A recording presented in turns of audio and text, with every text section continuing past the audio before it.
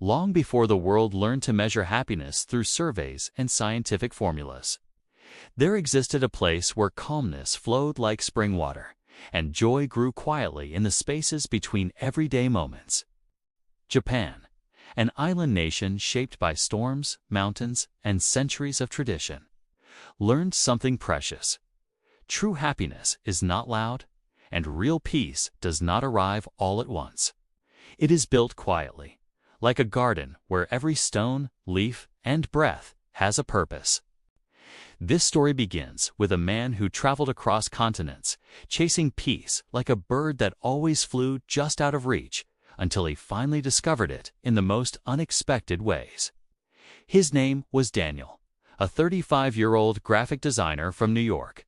From the outside, he looked successful. He had a well-paying job, an apartment with a view of the city skyline, and friends who believed he had everything figured out. But inside, Daniel was like a tightly wound spring. Emails felt like explosions, deadlines felt like avalanches, and even small problems stole nights of sleep from him. He tried meditation apps, gym memberships, and weekend vacations, but the calm he wanted always slipped away like water through his fingers. One winter morning, after nearly fainting from stress at work, Daniel realized something needed to change. He took a 2-month sabbatical, bought a plane ticket to Japan, and told himself he would spend the time learning how to live again. The plane landed in Tokyo, where neon lights and crowded streets seemed like the last place to look for inner peace. But something felt different. Even in the busiest train stations, people moved with quiet purpose. No pushing, no shouting, no rushing that felt hostile. There was a softness in the air, a sense of mutual respect. Daniel felt as though he had stepped into a world where chaos existed, but it did not control people. After a few days of exploring, he traveled north to a small village in Nagano, where he had booked a stay at a traditional ryokan owned by an elderly couple. The ryokan sat between a forest of cedar trees and a stream that hummed gently day and night.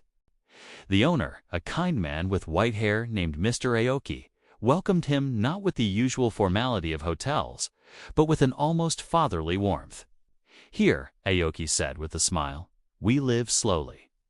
Daniel didn't know it then, but those 3 words would start transforming his life. Each morning, Daniel woke up to the smell of miso soup and grilled fish. Breakfast was simple, but there was something deeply comforting about it. No rushing, no checking his phone while eating. The Aokis encouraged him to enjoy each bite fully. After breakfast, Daniel walked through the village, noticing the gentle rituals that shaped daily life. An old woman sweeping her doorstep with deliberate movements. A farmer arranging vegetables with care before selling them. A young mother helping her child tie shoelaces patiently without irritation. It seemed that everyone had mastered an art he had never even been taught. The art of slowing down. One afternoon, while Daniel was sketching by the riverside, an elderly man approached him.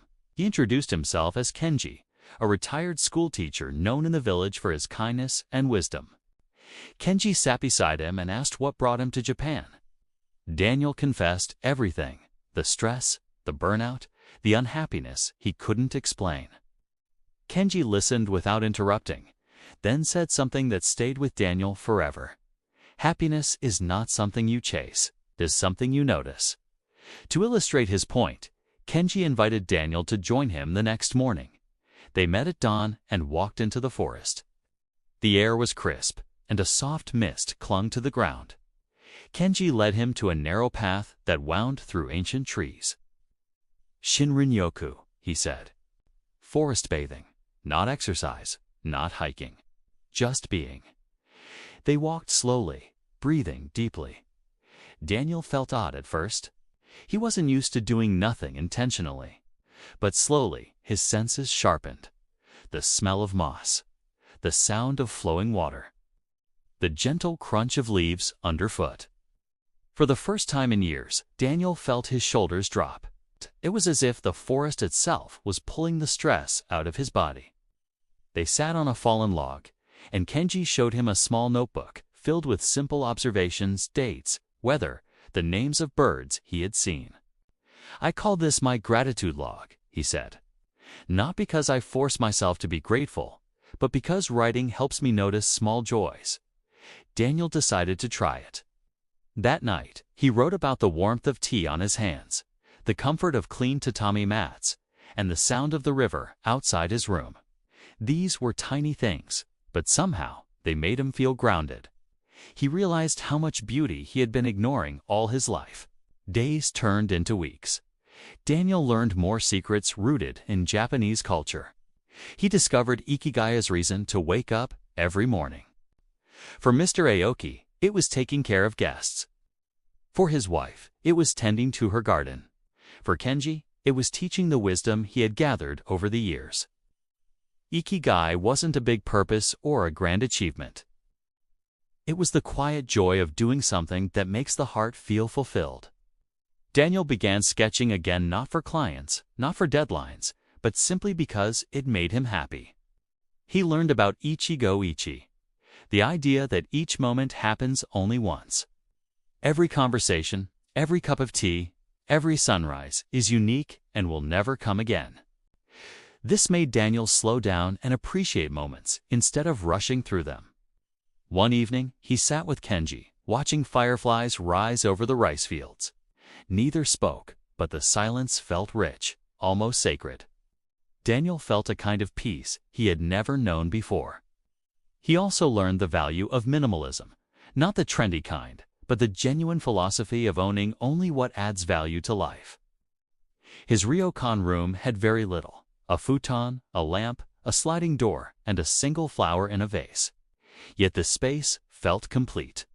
It reminded him that clutter in the home often mirrors clutter in the mind.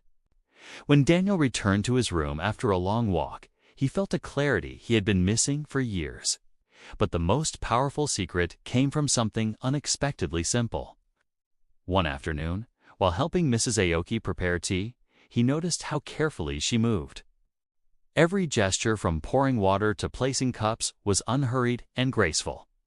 "Why do you do everything so slowly?" he asked. She smiled warmly. "Because when you rush, life becomes smaller. When you move slowly, life becomes bigger."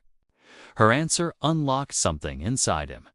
He realized his entire life had been spent running towards goals, away from stress, through moments instead of into them. The Japanese secret wasn't magic. It wasn't hidden. It was a mindset, a way of living that embraced calmness, appreciated small joys, respected routine, valued slowness, and found purpose in simple acts. On his last night in the village, the Aokis prepared a farewell dinner for him. The table was filled with seasonal vegetables, warm broth, and freshly cooked rice. It wasn't luxurious, yet it felt like a feast. As they talked, laughed, and enjoyed the meal, Daniel realized something profound. Happiness grows in ordinary moments shared with people who care.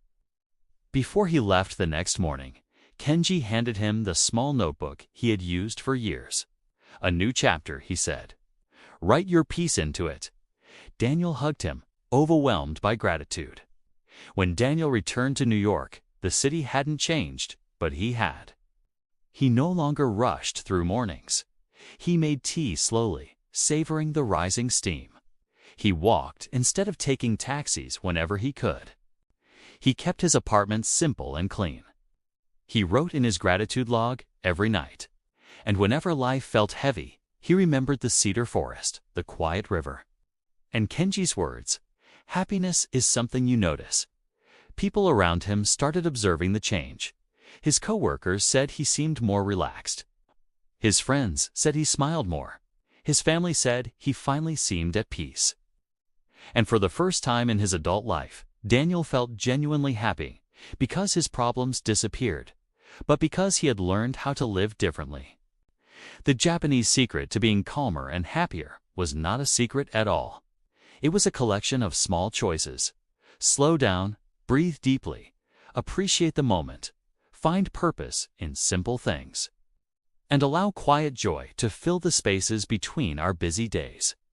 It was a lifestyle built not on escaping stress, but on transforming the way one moves through life. In a world that measures success by speed and noise, Japan taught Daniel the power of slowness and silence. And if you ever find yourself overwhelmed, exhausted, or lost, remember this story. Peace isn't a place you travel to, 'tis a way you choose to walk. It is hidden in the forest paths, in quiet mornings, in gentle routines, and in moments you allow yourself to notice.